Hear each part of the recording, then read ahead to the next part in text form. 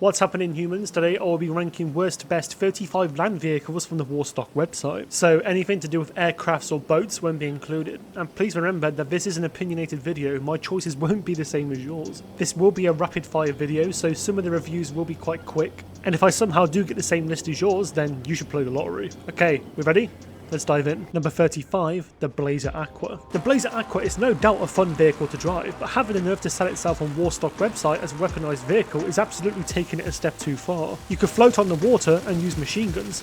Wow, thank you. If pirates were actually on the ocean in this game, then maybe you'd be knocked up to 34. Otherwise, you're a pathetic excuse of a vehicle and I have violent thoughts about you at night. Number 34, the Ardent. This car was an absolute letdown because while it does look cool on the outside, on the inside it has absolutely nothing going for it. Where the hell is my door? You literally have nothing for this vehicle besides machine guns and absolutely crap defense. They should have put this vehicle on the Legendary Motorsports website because honestly, it's very weak to be on the other one. Number 33, the JB700. The JB700, aka the Jim's Brothel 70. Should I cut that part out?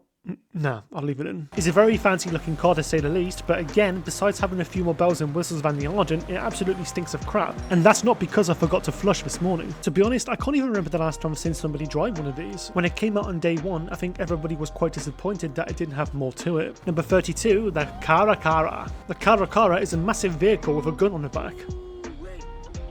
Oh, you wanted to hear more? To be honest, it does stick out like a sore thumb. The size of it is pretty big, it's always getting in the way, and I know loads of women who want it.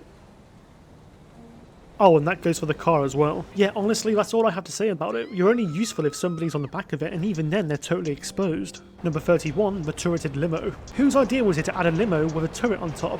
I'll tell you who, a bloody genius. But even so, it doesn't quite work properly. The concept was pretty good, but for an armoured limo, it's way too easy to take out, and considering the amount of windows you have on this thing, I'm pretty sure somebody could snipe you from the Vinewood sign. Ow, ow, that was definitely the sniper, ow. Number 30, the RCV. I had a good giggle placing this here because technically all you have on this is a water gun, and if somebody's allergic to water, then you're going to kill them pretty quickly. If not, then they're just going to ride the wave, dude. In short, it does suck, but it has a scoop on it, so I suppose bashing things out of the way is an option. Number 29, the Dune FAV. I'm quite sad I put this far down. The Dune is great, but having it as a weaponized vehicle is just hurting its feelings a bit. Sure, you are a bit exposed, but you're not as exposed compared to the ATV, and it is a bit more flexible. So getaways are possible, but just like every early vehicle in the game, the defense and armor is letting it down by an easy target for homing missiles. Number 28, the Technical Aqua. This car floats like a duck and I don't like it. I like ducks, but I don't like the car. Number 27, the Technical Custom. Technically, I love this one better. Ha! I should do stand up.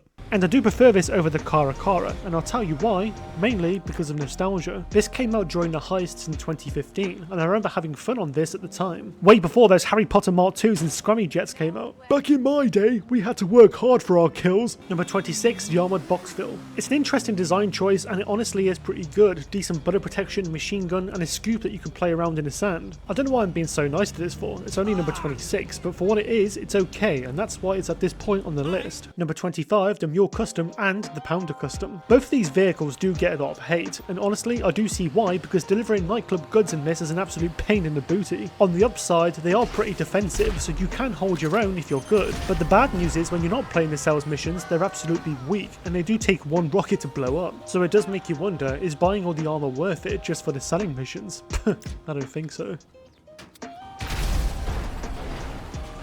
Okay, so it's silver tier, and at number 24 we have the Menacer. Fun fact, the first time I actually ever got this vehicle was when I won it from the podium, and that was a couple of years back, and since I had it, I do quite like it. Can you beat a jet? No. Can you beat a Deluxo? Probably not. Can it resist some RPGs? Yes. A few perhaps. But come on, he's such a good boy. Number 23, the Barrage. The Barrage isn't too different from the half-track, apart from the only difference is it's not a half-track. But the Barrage is only better than the Menacer because of how unique it is. Gun on the front, gun on the back. Help, I'm having a panic attack. Number 22, the half-track. I'll be honest with you guys, this vehicle was a massive letdown, and while it is pretty okay, I am sorry to you track lovers. Maybe we can get our friendship back on track. It is a fun vehicle to play with and not get too serious with, and that also goes for the other two previous vehicles as well. Honestly, in general, the Barrage, the Menacer and the Half-Track were pretty hard for me to rank. Number 21, the weaponized Tamper. Lastly, on the silver tiered list, the weaponized Tamper makes an appearance and is honestly one of the stronger vehicles when it comes to the bells and whistles. It can take out things almost instantly. Mortars, dual miniguns, and also missiles. However, it won't live up to today's combat vehicles because again, it is a very weak vehicle in defense, but you might get lucky and get a few kills at least. Gold tier, and number 20 we have the weaponized Ignis. A new vehicle, but not too new, the weaponized Ignis is a very fun car to drive. The Ignis is one of the fastest cars in the game, and even better, look at that!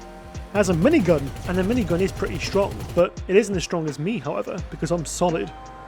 Fight me, boy. Number 19, the Schönebog. The Schönebog is a chunky boy, and we should love it for its looks as well as for its personality. This vehicle has one purpose, and that is to absolutely shred anything in the sky with ease. But the problem is, it does blow up in pretty much one hit, which makes sense when you're carrying a boatload of missiles in your rear. Damn boy, he fit! Number 18, the Stromberg. The Stromberg is okay. It's one of the two cars which can go underwater, and it's fairly decent in pretty much anything. Defense is weak, but the features for this do make up for it. The Terrader is tons better, but that doesn't mean the Stromberg is a bad vehicle itself. Oh look, a cat. Number 17, the Rhino tank. The vehicle which pretty much started griefing in free mode lobbies, and even though it has been in GTA since 2013, it still holds out to be a really good combat vehicle to this day. Explosive resistance is decent, you're safe from firepower, and the best part is, you have that thing that goes boom. And the best part is, you don't need to upgrade it. All the bells and whistles are included. The downside? Pegasus. Number 16, the Acid Lab truck. The first service vehicle to make it to the list, the Acid Lab truck, or the Brickade 6x6, makes it 16th, and while it's not actually aggressive with firepower, it more than makes up for it with its defense. Explosive resistance is absolutely incredible, and the scoop on this thing is enough to melon a tank in seconds. Or anything else.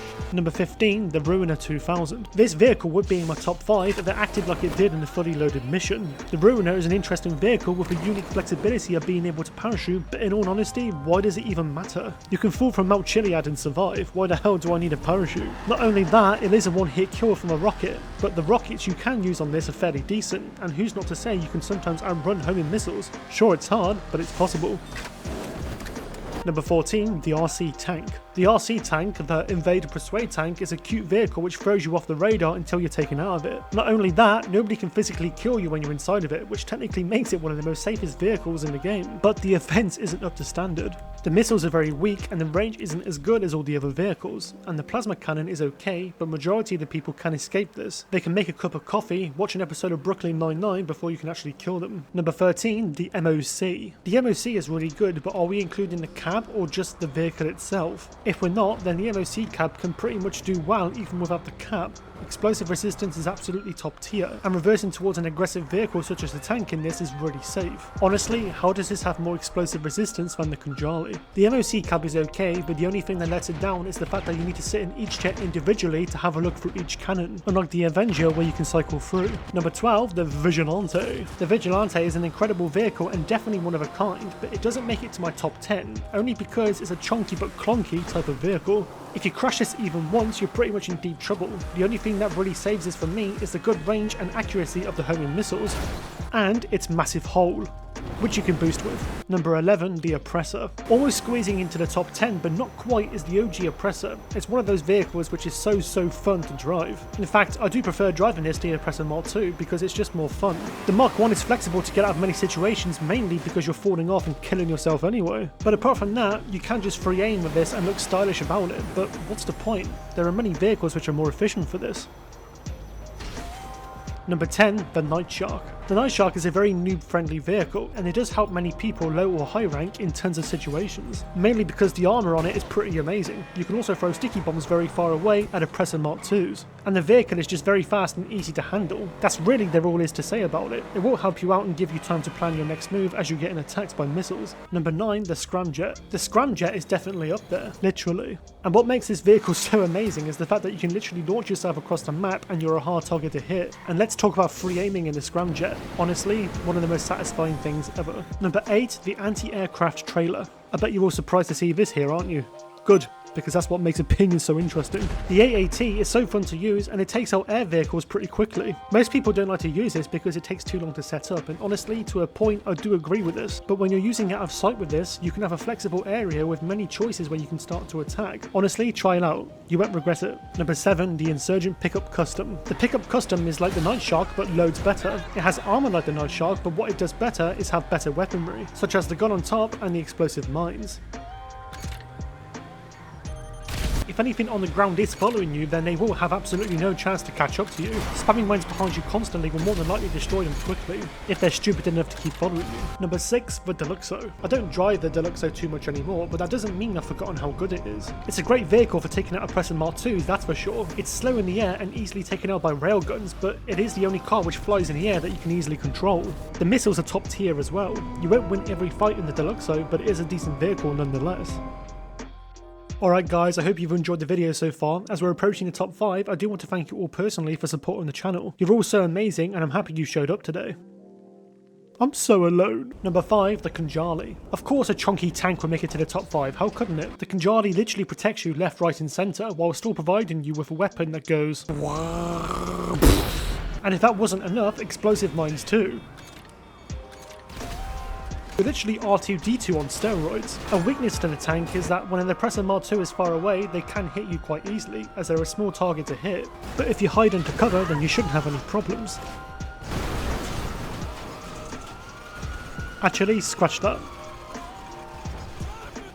Tank, you can stop now. You're supposed to be top 5. Number 4, the Oppressor Mark II. The Harry Potter Mark II, or as I like to say, the Virgin's Broomstick, is admittedly a good vehicle for combat. Yes, we all hate them, but you can't deny that they are good. It is a godly free aiming machine. Unfortunately, half the time it does fall into the wrong hands of majority. It's a great vehicle to grind missions with, but to grieve as well, unfortunately. Why do you exist? Number 3, the APC. The APC has had a lot of love on the channel last year, and even though I rated it in the top underrated vehicles of 2025, it's not making it to the top of this list. The APC is pretty much like the Khanjali. The only difference is you can take it into the water and it has a crazy rapid missile launcher, which can take out aircrafts very quickly. Luckily, you don't need another player with you to control the gun. Instead, you can just stop the vehicle and then hold right on the D-pad. Number 2, the Toreador. This vehicle is actually my most favourite vehicle of all time, but it's not my most favourite combat vehicle. It's one of those vehicles which has infinite rockets, can go into water, has 4 doors, decent armor resistance, rocket boost, and very good homing missiles. Not to mention, the vehicle also doesn't have a unique blip, so nobody will ever know you're driving it until they approach you. This vehicle has saved my bacon more times than I can count, and I really do owe it a lot.